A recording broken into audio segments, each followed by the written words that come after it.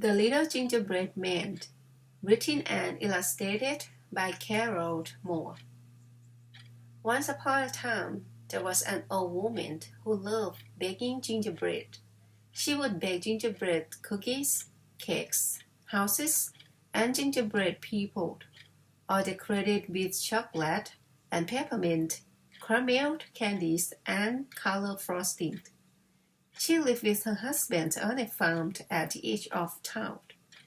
The sweet spicy smells of gingerbread brought children skipping and running to see what would be offered that day. Unfortunately, the children gobbled up the treats so fast that the old woman had a hard time keeping her supplies of flowers and spices to continue making the batches of gingerbread.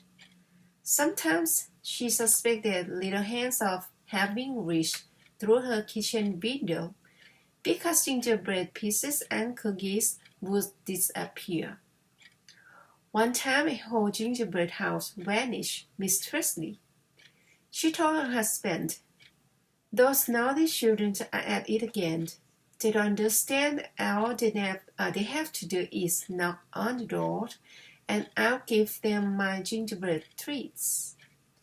One day she made a special batch of gingerbread men because they were extra big.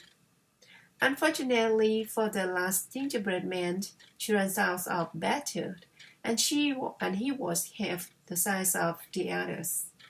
She decorated the gingerbread men with care, each having socks, shirt, and pants of different colors. When it came to the little gingerbread man, she felt sorry for him and gave him more color than the others. It doesn't matter he's small, she thought. He'll still be tasty. Putting the rack on the kitchen windowsill, she left it there to cool and went to finish her laundry. The gingerbread men lay quietly, their frosted eyes gazing at the sky with its puffy clouds. At that moment, a voice came from nowhere. Get up, come with me." Everyone looked to see who was speaking. It was a butterfly flying just outside the window. Butterflies are naturally beautiful, but her wings were an exceptionally pretty marble blue. "Come with me," she urged again. The gingerbread man didn't react except to keep staring. All but the smallest gingerbread man, who jumped up from the tree and lifted up the kitchen windowsill onto the grass below faster than you could say hurry. "Where are we going?" he asked breathlessly. "Away." And before the butterfly had finished speaking, she then appeared in the yard. Spying the little gingerbread man, they started shrieking with delight and began chasing him. "Stop, stop," they shouted. "We want to eat you." But with his little legs showing, the gingerbread man only ran faster. He yelled, "I won't stop. Run, run as fast as you can. You can't catch me. I'm the gingerbread man." And truly, those children could not catch him. Once out of their sight, he continued running until he had reached a pasture where two horses were grazing. He sat down on a rock near the fence. "Don't stop," said the butterfly, fluttering nearby. "I want to rest," he urged. The Little Gingerbread Man, page 4. That was a mistake, as one of the horses trotted over to the fence and whinnied. "Oh, you smell so good, Little Gingerbread Man. Come over here so I can smell you better." The Little Gingerbread Man shook his head, but suddenly that horse jumped the fence and began galloping after him, so he had to run even faster. He called out, "I outran children and I outrun you. Run, run as fast as you can. You can't catch me. I'm the gingerbread man." And truly, That horse could not catch him. The next time he rested the little gingerbread man took care to lie amongst the grass well off the road, where no one would see him. Everybody wants to eat me, he complained to the butterfly. Do you want to eat me too? Laughing, she answered, I love the smell of gingerbread. It's better than my favorite flowers. But I sip nectar, not gingerbread. Besides, you're my friend, and friends don't eat friends. Pleased to hear that he had a friend, the little gingerbread man was about to reply, when again they were interrupted. A farmer's dog with a keen nose had come to investigate. Licking his muzzle at the size of the gingerbread man, the dog said, Excuse me for interrupting, but little gingerbread man, you look so good. I mean, tired. Please stay a while and rest if you like. As the dog talked, he stepped closer and closer. The closer they stepped, the more nervous became the little gingerbread man. When the butterfly flitted from her grass perch in alarm, the little gingerbread man took off running with the dog nipping at his tiny heels. He shouted, I outran children, I outran a horse, and I outran you too. Run, run as fast as you can. You can't catch me. I'm the gingerbread man. And truly, that dog could not catch him. At last, the little gingerbread man, the butterfly, reached a stream. It wasn't a very big stream unless you are a tiny gingerbread man. To him, it was a river. From out behind a bush sauntered a red fox, stopping to stretch because he had just awakened from a nap.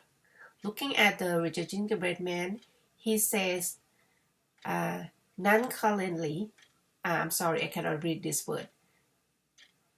May I help you? The butterfly was quick to respond. No, thank you. We are going to fly across this stream.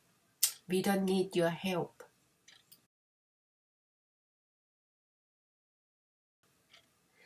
Smiling, the wily fox glanced at the butterfly before turning to the little gingerbread man. You're going to carry him? I've no doubt, Miss Butterfly, that you have good intentions, but you're only a bug. You couldn't carry anything anywhere, let alone this gingerbread man across the stream. You'll drop him, I guarantee it. The little gingerbread man was confused. He knew that this butterfly friend had good intentions, but could she really carry him? He doubted it. Her wings were so thin and delicate. The thought of him falling into the cold water and crumbling to damp bits was frightening. He said to the fox, I outran children, I outran a horse, and I outran a dog. Will you keep me safe and not eat me? Of course. The wily fox quickly assured him before the butterfly could object. I eat only meat and I have full meal just before my nap. Here, right on my bushy tail, let's go before I change my mind. So the little gingerbread man climbed onto the fox's tail and they entered the water. Unfortunately, the fox's tail began dipping into the water. You're too heavy for my tail, he said. Climb onto my back. The little gingerbread man did as he was asked, but the water began creeping up the fox's back forcing the little gingerbread man to climb higher to the fox's neck. "That's not good enough, I'm afraid," said the wily fox. "Climb to my head." Now the little gingerbread man was terrified, but what could he do? He climbed to the fox's ears. "Oh, little gingerbread man, you have to climb onto my nose," insisted the wily fox. "Otherwise, I can't help you. Don't you see the water is getting even deeper?" So the little gingerbread man reluctantly climbed onto the fox's nose. The moment he did, that wily fox tossed him into the air, opened his jaws wide with anticipation. The little gingerbread man's eyes rounded with fear. Before he knew he was going to be eaten.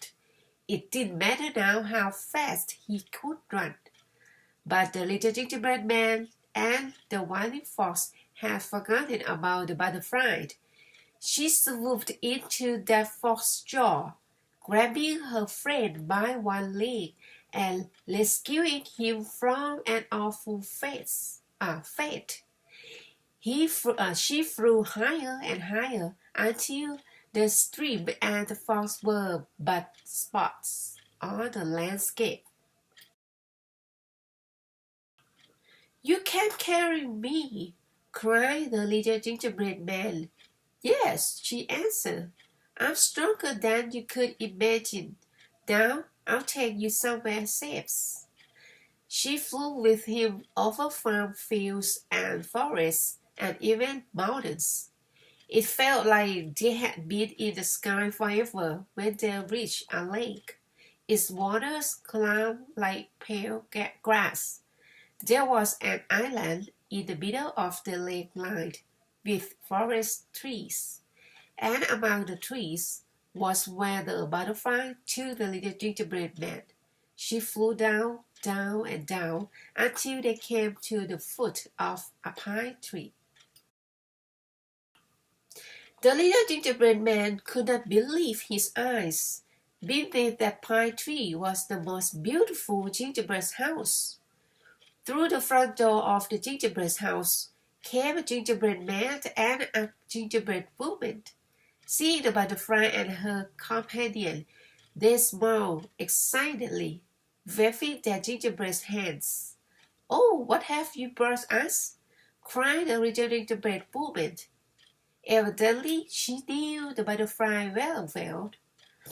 "I think that's obvious, dear," said the gingerbread man. "She brought us a gingerbread boy. Do you realize that now? We can be the family we always wanted." It was true. The butterfly had intended all along to bring these three together. The little gingerbread man had not known that he was, in reality, a gingerbread boy. It was all so sudden but wonderful when both his gingerbread parents each gave him a loving hug. He knew he was home. The gingerbread family went inside their gingerbread house to celebrate, with the butterfly remaining outside on the roof. She was content just smelling the gingerbread and sitting there quietly, whether it was day or night. They all lived happily ever after.